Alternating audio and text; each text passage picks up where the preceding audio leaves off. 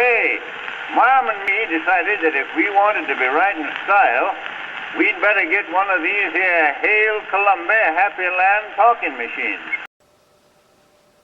Well, hi everybody. Hope everybody's doing well.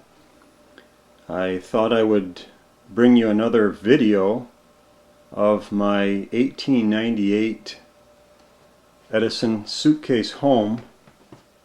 This is a real early one. This is from probably 1898. I featured this, oh gosh, maybe 6 months ago, and apologize for the poor lighting, but this is in gorgeous original condition. This time I decided to put one of my many flowered horns, original flowered horns, to demonstrate the selection here.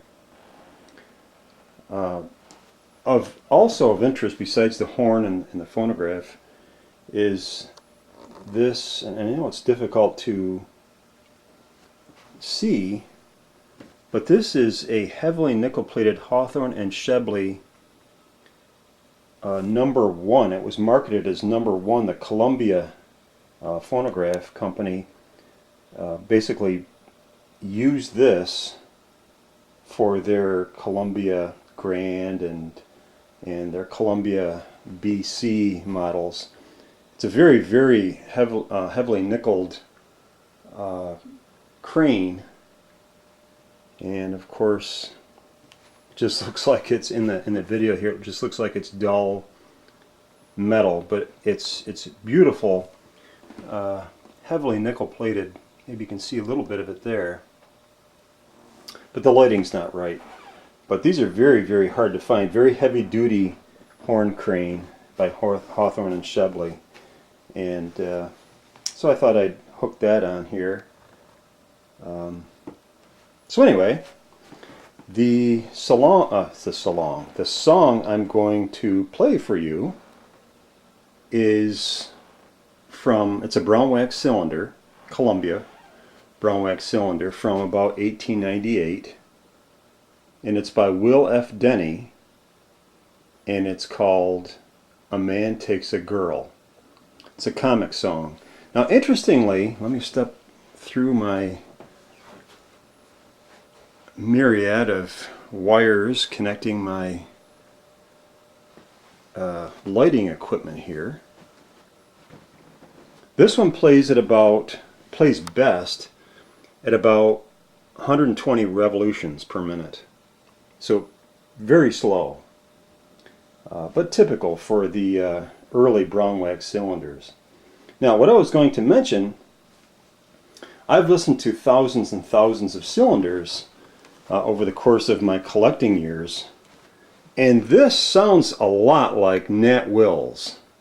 Nat Wills was a comedian who recorded prolifically for Edison, and he's even found, I think, on Victor Talking Machine records. But this, to me, it sounds like Nat Wills, but it's announced as by Will F. Denny.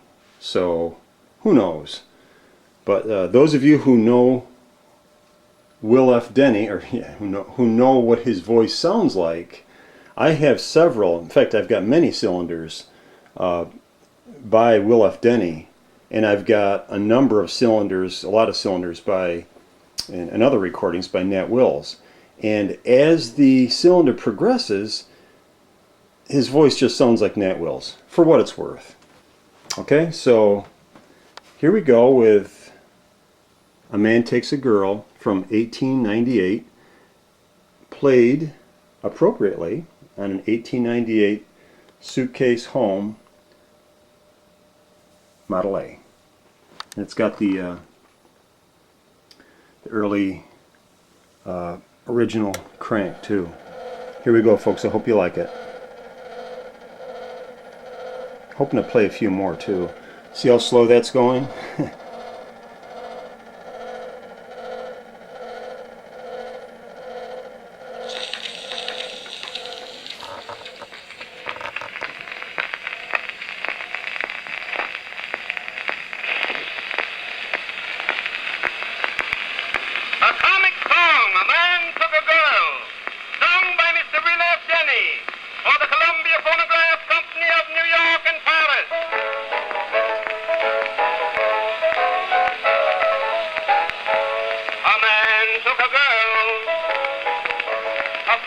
was natural, I might just as well say a man took a drink. That would be more natural. Some men take overcoats or anything that ain't nails. But this man took a girl in a restaurant to dine. He tells you right where he takes her, in a restaurant to dine. After they were in there, he said to the young lady, "Will you have some oysters?" It was just about this time of year, and oysters were very cheap, and he wanted to make a front. And she said she didn't mind. Then he said to the young lady, "Will you partake of drinks?" Now, he wanted to make a bluff. He had about 45 cents of small change, and she called him. She said, "Well, I guess I'll have a little wine." He says, "Guess again." "Well, you'll have beer or nothing." And she said she didn't mind. They were swinging on the old garden gate one lovely summer's evening, and he said to his sweetheart, "Will you marry me?" Now, you see, he got desperate. Oh, he was a villain. You couldn't bluff him. He was there for business right then and there. Her age, speaking about a woman's age, there is a very touchy subject. Her age was 39. You say that quick, it means 45. The reason I say 39 is it rhymes with the last line of this song. If I said 45, it would spoil the poetry. She says, "Well, I guess I'll have to think it over." And he said, "You needn't mind, needn't mind.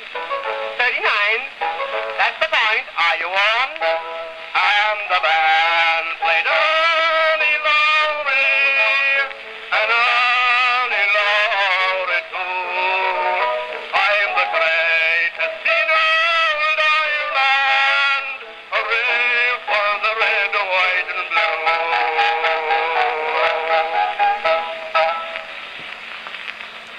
And there it is, folks. Didn't that sound like Nat Wills? For those of you who are familiar with Nat Wills, like me, let me turn it off here. To me, that sounds like Nat Wills and not Will F. Denny. You know, it's possible that Will F. Denny wasn't available. Maybe he came up sick or whatever at the time that this recording was